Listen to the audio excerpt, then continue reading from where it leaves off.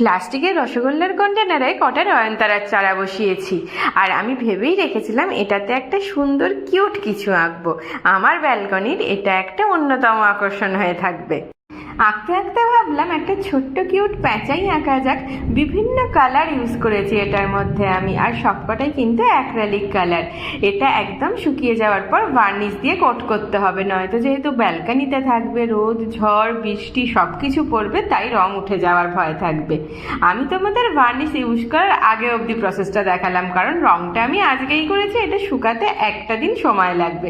দেখো, তোমাদের সাথে গল্প করতে করতে আমাদের কিন্তু কিউট প্যাঁচা রেডি হয়ে গেছে। কি মিষ্টি লাগছে না বলো দেখতে? আর এরকম যদি কিউট কিউট টব তোমাদের ব্যালকনিতে থাকে, তোমাদের ব্যালকনিতেই সারাটা দিন কেটে যাবে, আমার তো তাই মনে হয়।